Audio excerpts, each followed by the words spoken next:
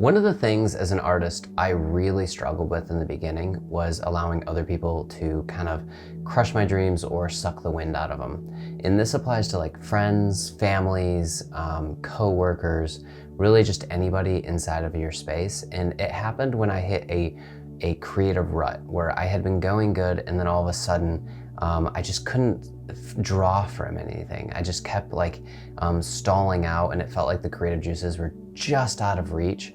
And that's when I reached for this book. It's called The Artist's Way. And it was one of the most beneficial books I ever came across with coming more in touch with the creative act and my relationship to it. I really liked the concept in here that it talked about understanding that you are not the art form, and that it's not on you to produce the art, whether it's anything from writing or drawing or painting, acting. Literally, I like the way Rick Rubin talks about it, where like anything can be an art form and we are all artists, which then means we can all hit a creative artist block.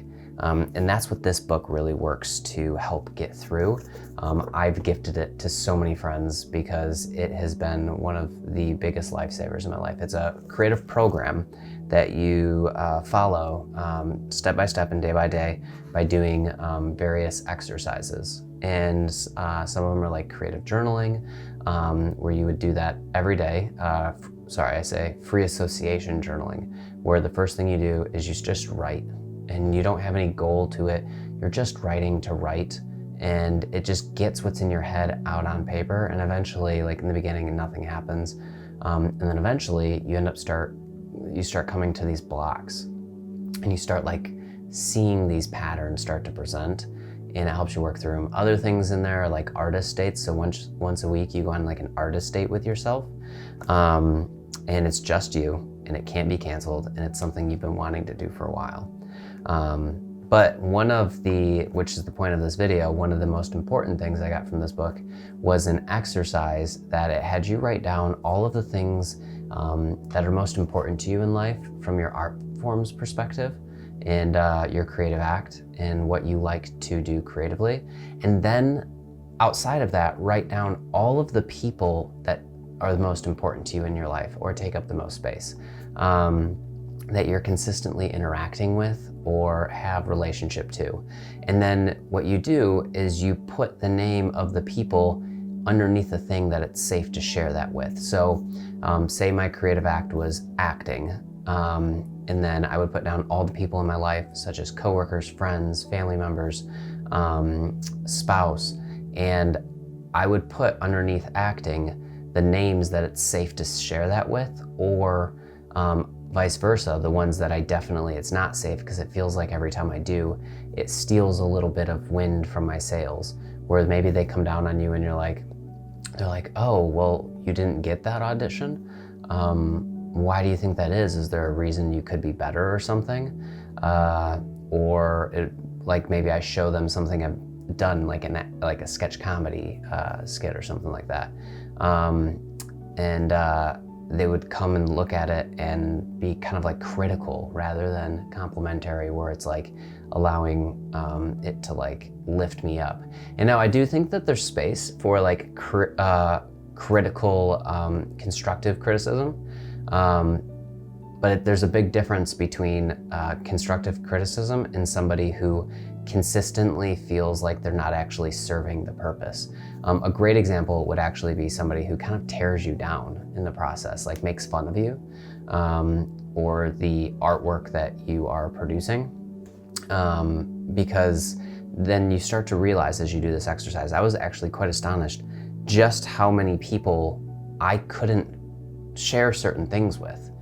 People that were super close to me, and I still valued them as dear friends or family members, and then realizing like, oh, I can still love them dearly and also know that this isn't safe to share with them, due to possibly their own insecurities around that same thing, or a similar thing with their own, where it's like the trouble that they've had in their relationship with their art form and not producing it, and not giving it the love and attention it deserves. That insecurity can lash out in really unique ways, And one of those ways to come to grasp in terms with that conflicting relationship is to tear down others that are investing in theirs. And that's kind of what I found is a lot of the names I was putting down there.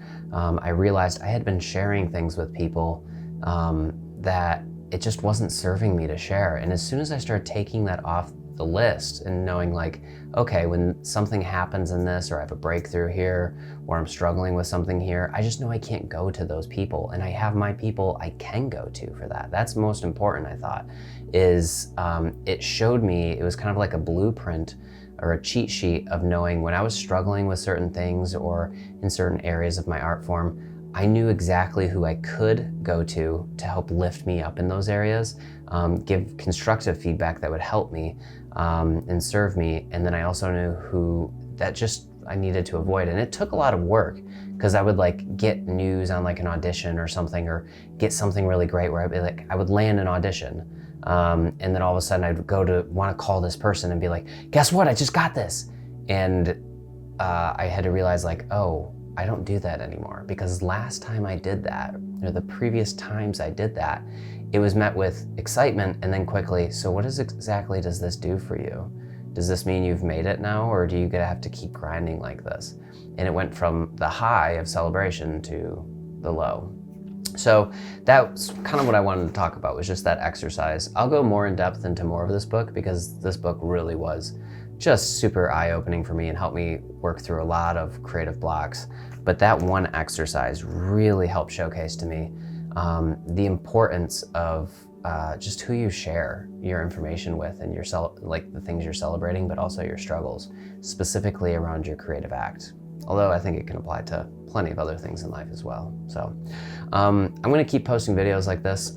If you liked it, like and subscribe, comment. I'd love to continue growing this community and hearing what you have to think or have to say. And if you found any exercises that you're like, actually, that made me think of this that I've done with my own creative act, and I really resonated with it, and I think others might as well. So have a good night.